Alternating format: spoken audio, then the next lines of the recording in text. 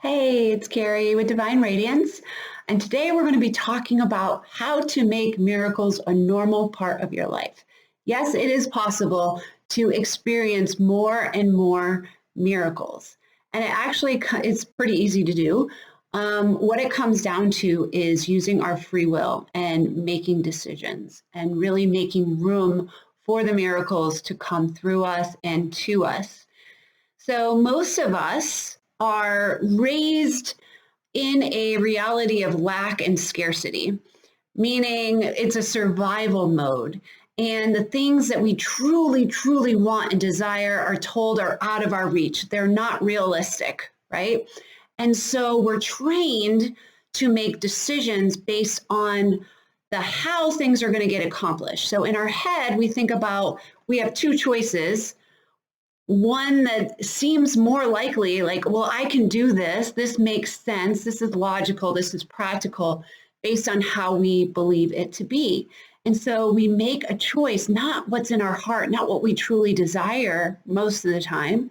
Most of the time, it's based on our mind dictating what is the easiest to accomplish, what is most likely.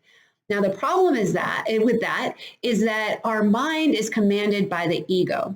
And the ego's function is fear, lack, scarcity, doubt, those type of things, right? So it's very limited. It's a very limited way of thinking. Whereas our heart is connected with the divine. So our heart is actually connected with infinite possibilities, thus miracles. And so the truth is, when we choose with our mind and what's easiest, that's not necessarily the path that the divine wants you on. Now, there's lots of paths to take, and most of the time I call them detours. So when we choose with our mind, we might end up on a detour, just a longer way. We're always going to be guided back to our destiny, back to our path. But when we choose out of our head, most likely we're going to create a detour, and we'll be gently guided back. We'll get signs, we'll get signals, maybe we'll get sick. Different things will try to push us back to the path. But when you choose from your heart, that means that signal is coming directly from God, from source, from the divine. That means it's in alignment with your highest path, with your purpose. So it's actually a quicker way to get to your destination rather than these little things that we feel are easier and more practical. Our heart is directing us on the path we need to go. And when we do that, since it's in alignment with God, with source, that means the power of the universe is going to be working for us to make it happen.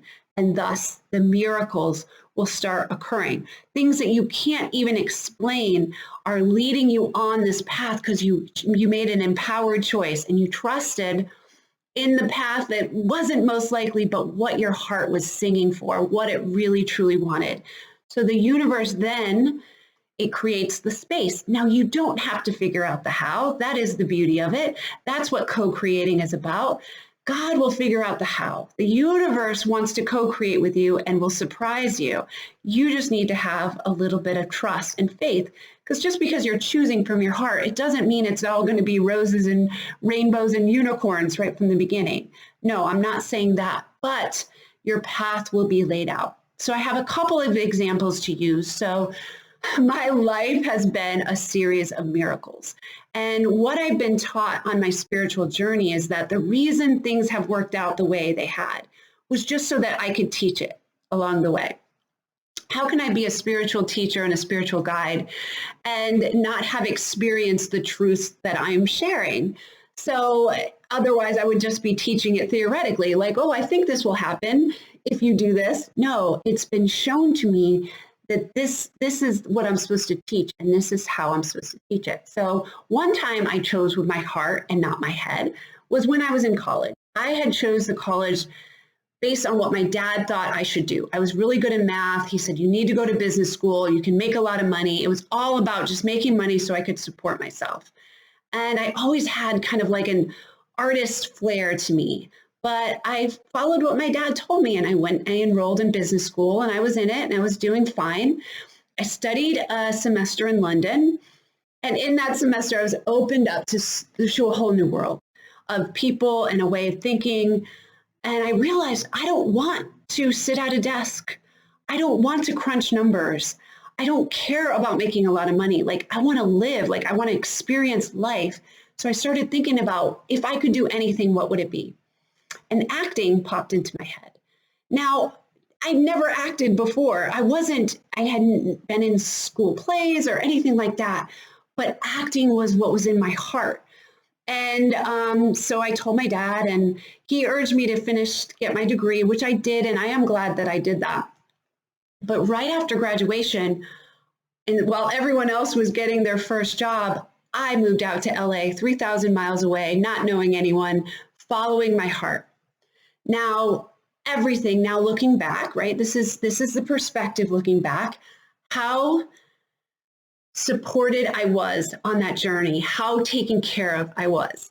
Now, you may think, hey, well, you didn't turn out to be this big old actress. No, but that doesn't matter.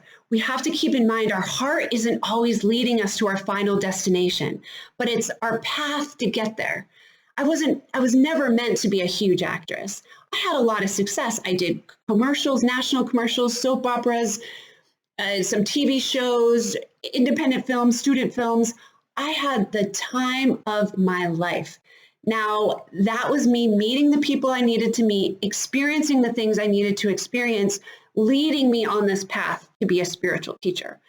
But even though my goal was to be an actress, and I didn't fail, I followed my heart and I went where I needed to be.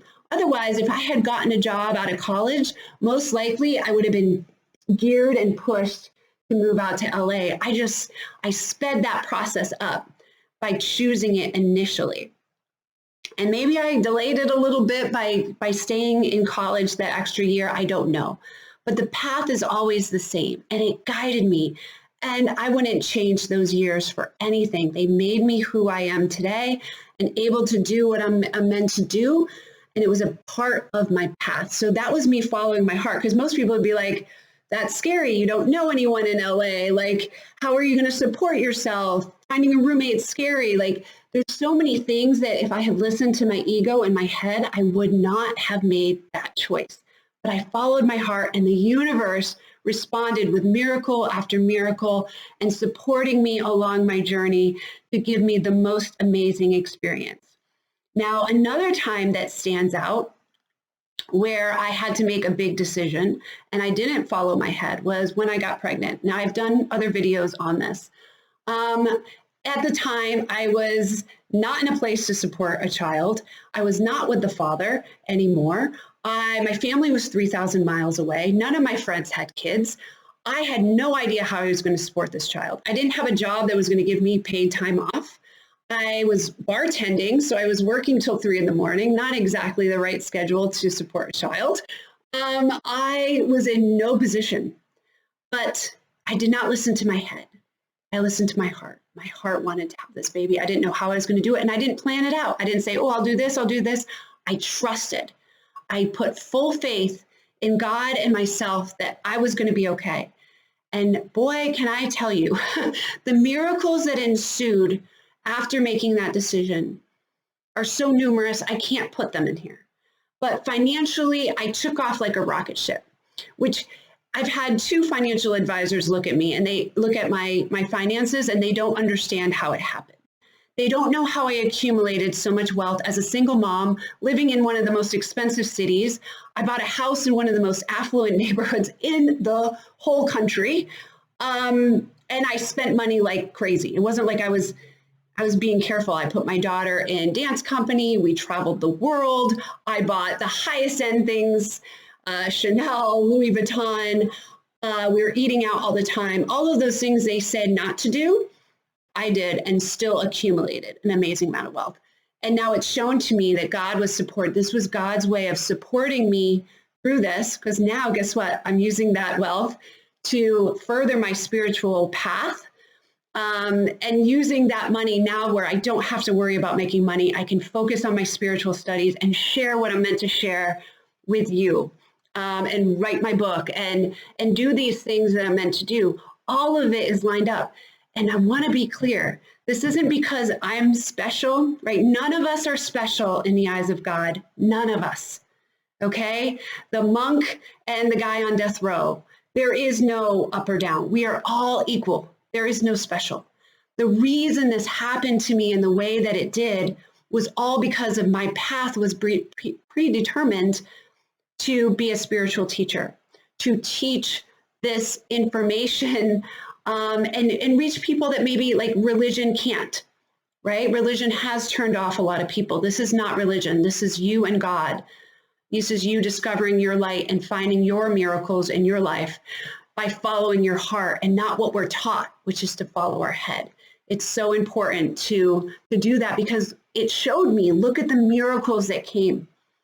And I like I said, I could go on and on about the miracles that ensued after choosing from my heart on both of those occasions. Can only imagine what I would have missed out on, or maybe there's been other times that I didn't choose with my heart. So I'm learning this as much as I'm teaching it to you. I'm reminding myself how important it is to tune into your heart. Now, you might say, I don't know what's in my heart. I don't know what I want. How to do that is you need to sit quietly. You need to meditate or just sit and be. Our society does not like that. They'll call that laziness in a way, but it is so important to just sit and be. Even if I tell people sometimes just sit and say, God, I just want to be with you.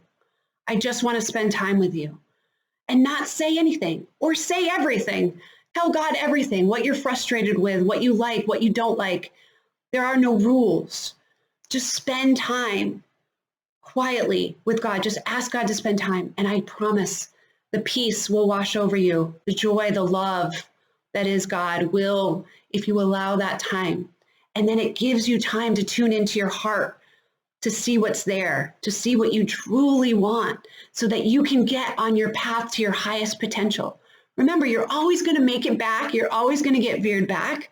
But if we want the quickest path to our highest potential, we follow our heart and trust, right? There's a lot of trust involved. Like I said earlier, it doesn't mean it's all going to be rainbows, right? We're always going to be tested on the faith part. I still am on this part of my spiritual journey.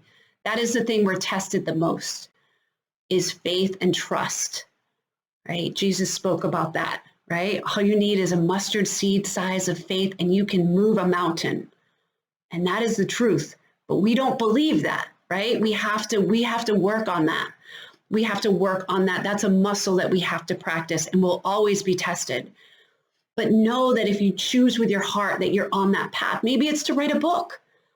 Maybe you want to write a book, but maybe it's not because you're going to be a best-selling author, but maybe the process of writing the book is what you need to gear you. So let go of the expectation.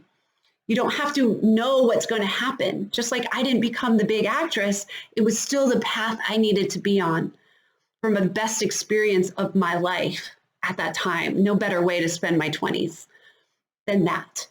And it will lead you where you need to go. To lose the expectation, lose what the end result is going to be, and just trust the path. It's like Hansel and Gretel leaving the breadcrumbs. God is leaving you breadcrumbs. So every day, choose with your heart, and just stay in the present. Don't have to worry about what the future is. Trust, let God surprise you. Those are the miracles that come in because you're allowing God to surprise you. When we plan everything out to the T, we don't leave space for the miracles to come in. Remember, we have free will. We can fight our way through these other paths, right? These detours. But why? Why do it? Surrender, trust, follow your heart. That is your path. That's what's in alignment with God. That's what God wants for you. And know that you'll be supported by the entire universe, will be at your beck and call and at your command and will line up in miracles that you could never even imagine. Sending blessings. Have a great day.